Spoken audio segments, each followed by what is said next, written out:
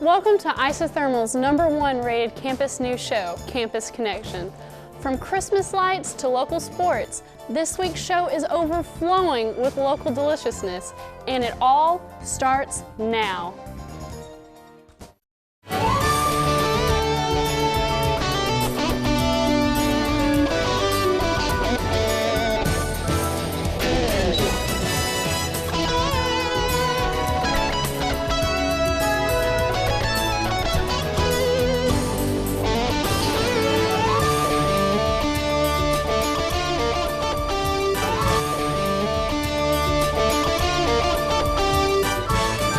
Brotherton Fire Department recently received a grant to pay for new equipment.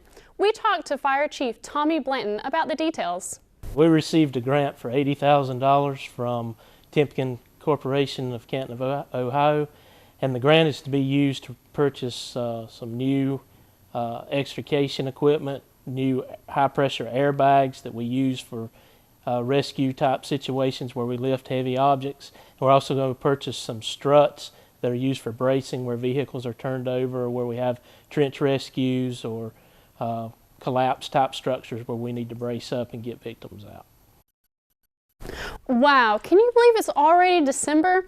I don't know about you, but I just finished my last piece of leftover turkey. Believe it or not, the holiday season is here, and what better way to get in the spirit than Christmas lights? I'm not talking about the ones that you have to get out from a box in the attic and untangle for an hour. I'm talking about the 1 million lights streaming all throughout downtown Forest City. There are plenty of activities that are guaranteed to get the whole family in the Christmas spirit. There will be hay rides, carriage rides, ice skating, and the one and only big man himself, Santa Claus, is inviting everyone to his house for hot chocolate, free cookies, and plenty of Christmas cheer. While you're there, make sure to grab a bite to eat at one of the many local restaurants downtown. For location, pricing, and hours, head to www.forestcenterevents.com and click on the Christmas tab. The end of the year is closing in, and here's Stephanie with more on a couple of our graduates. As the fall semester comes to an end, we at the Broadcasting Department would like to honor our 2 graduates, Brittany Robinson and Dylan Huffman. Let's take a listen to what their plans are for the future. My plans for the future. So right now I work at Channel 7 as an editor, and hopefully within the next couple months I'll be somewhere on the air, and then after that we'll just take every opportunity as they come. Once I leave here, I'm definitely looking to get a job eventually in reporting. My main passion one day is to be an anchor thereafter. But I'm looking to get a job doing whatever I can at a television station, be it editing, whatever I can to get my foot in the door and get started in this. So I'm really looking forward to graduating. This is my last semester, and I look forward to getting started in media. 'Tis the season for shopping, but this year you may want to think about spending your cash locally. Dylan Huffman tells us more about how shopping in your community can have a big impact on the local economy. 'Tis the season to shop local. I love this scarf. I got this from Spindazzle. I love Spindazzle. With Christmas only a few weeks away, Rhonda Harden is hard at work in Spindazzle, making sure everyone has exactly what they need for the people on their holiday list. I feel like we have unique things for the holidays. We have anything you would want to decorate your home for the holidays. We have unique items that would work for anyone on your gift list. We have things for men, for children, and for all the women on your list. We have scarves, jewelry, clothing. Shopping locally not only helps local businesses in our area, but it keeps the tax money in the state, which benefits the community as a whole. We pride ourselves on customer service, and we know a lot of our customers, and we help them find just the right item for the person on their list. So before you head out to another town to shop this holiday season, think about all that Small Town Friendly has to offer. For Campus Connection, I'm Dylan Huffman. We of course know how beautiful and diverse the Isothermal campus is, but soon will the nation. Isothermal Community College's campus programs will be featured in a national PSA. Last month, Rock Creek Productions from Asheville, North Carolina was on campus filming a PSA for the National Technical Honor Society. The video will be dispersed nationally in January of 2016. To view the finished video, visit NTHS YouTube channel in January. There is a new art museum in Forest City. Stephanie Stage-Moeller has the details. Hi, I'm Stephanie with Campus Connection. I'm here in downtown Forest City at White Walls that just opened recently, a new art gallery and photography studio. I'm here for my headshots. Come on in. White Walls opened on October 30th, 2015. Yeah, we had a grand opening party, had beer from Fonta Flora, had live music, free food from a friend of mine, Chef Donnie Simmons in Charlotte. Had a pretty good turnout. It was 250, 300 people came. My name is Luis Crispin. I'm 23 years old. I started taking pictures when I was around 12. Most of my work is done in North Carolina. I'm a landscape photographer and nature photographer, and it just got done with a tour over in South Korea with the U.S. Army. When I got out, I started this gallery, and that has been what I've wanted to do for the last year now. What I have on display right now is landscapes of Korea. I plan on shooting, of course, North Carolina. For a look at what's going on at the foundation, here's Marma Hivingston. Are you looking for some post-New Year's entertainment? Coming up at the foundation, Eric Bibb will be here on January 15th at 7:30 p.m. Eric has lived in Europe for most of his life, and his breakout performance at the London Blues Festival put him in the front ranks among blues and songwriting circles. The Dayton Daily News spoke about the grace, elegance, and gentleness he brings to the stage, and audiences have described his playing as stripped-down acoustic blues that quietly rocks the soul.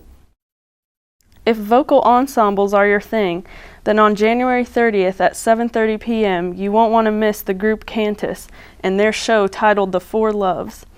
Cantus is known worldwide for its engaging performances, and the Washington Post praised their expressive power and spontaneous grace. For more information, visit www.foundationshows.org. It's about time for that mid-show break. Coming up in the second half, we have details on a huge development in Cone Mills construction here in our building, and the latest in sports. I like the graphic design program at Isothermal because it's fun. I'm able to express myself. I think it's more just the ability to sit down and actually create something. Most of our work is hands-on. I like the thought of I'm making an impact in some way. It was the best price. You cannot beat going to college for free. I'm glad I chose ITC actually. Jobs in the graphic design field are everywhere. For more information, call Zach Freeman at 395-1534. This is Morning Edition on WNCW with your host, Paul Foster. The time is 6:45 a.m. The Bureau of Labor Statistics projects that total employment is expected to increase with 63% of all careers requiring a college education. Today is your day to start strong and finish strong. See yourself as anything you want to be at Isothermal Community College. Be ICC strong. Last chance to register is January 5th and 6th. Visit us at isothermal.edu/strong. About 7 years ago, Campus Connection paid a visit to Charles Gilbert. He's a local Spindale resident who makes banjos, mostly from scratch. They sound amazing. Since it's been a while, we sent Chuck Thompson to catch up with him and ask him to tell us a little bit more about this hobby.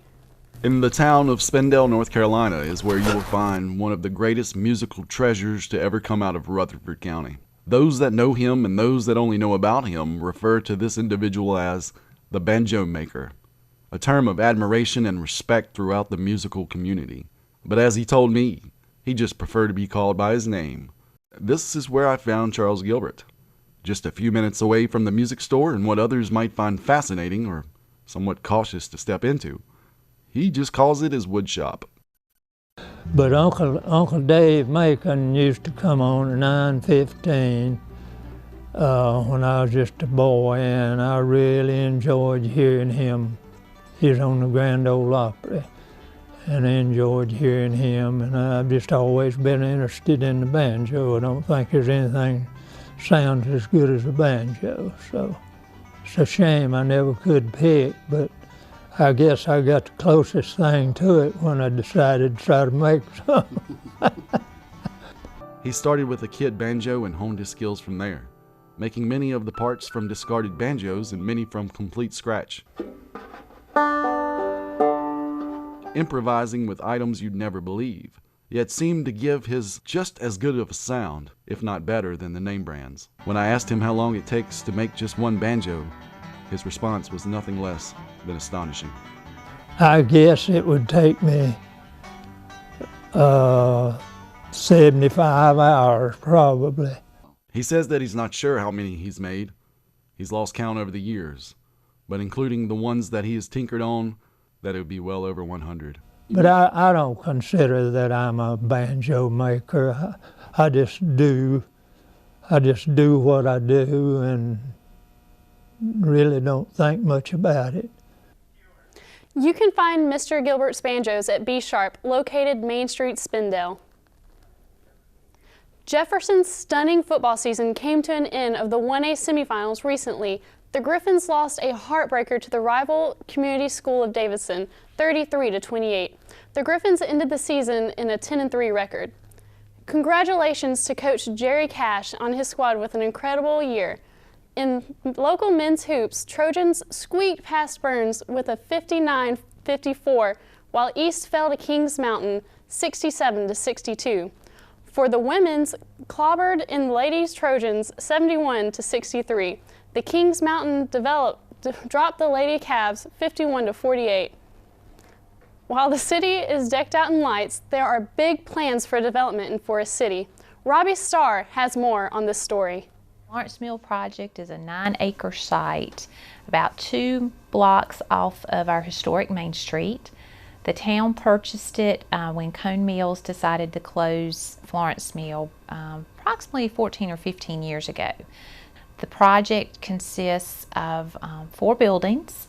The buildings that we refer them to are, by the year they were built, we have the 1941 building, the 1922 building, and then the main building. The 9-acre area around the mill, currently the Rutherford County Farmers Market is also located in that area. There's an amphitheater planned for the area. There's already a park that's adjacent to it called Mill Street Park. That is a nice little park. And then also we've been working heavily on our rails to trails. We would like to continue the Thermal Belt Railway. It runs right behind the mill, and we think because of the parking already there, the close proximity to historic Main Street, it would make an ideal place for a trailhead. We've had a lot of interest in the mill, I would say in the last 6 to 8 months. I think that's comes from a number of different things. We're heavily marketing it. Also the economy is a little bit better than it was, and I think the Trina International Equestrian Center is bringing some folks in that are taking a second look. In the last episode of Campus Connection, we mentioned that we had to air outside our studio, and that's because the broadcasting building here at Isothermal is getting some much needed attention. Workers have been busy for the past few weeks scaling and making repairs to the roof. The repairs are scheduled to be completed just in time for the beginning of the spring 2016 semester. One last note for you at Isothermal's Community College National Technical Honor Society is sponsoring a letter and card campaign for active duty service members who are stationed overseas this holiday season. Both students and faculty are encouraged to participate. Please place cards and letters in their purple boxes located throughout the campus Friday, December 11th, 2015. No postage is necessary. For more information, contact Dolores Balderstone, President of the NTHS, at dbalderstone4353 at student.isothermal.edu. I'm Shelby Cash, wishing you a happy holidays from everyone here at Isothermal Community College.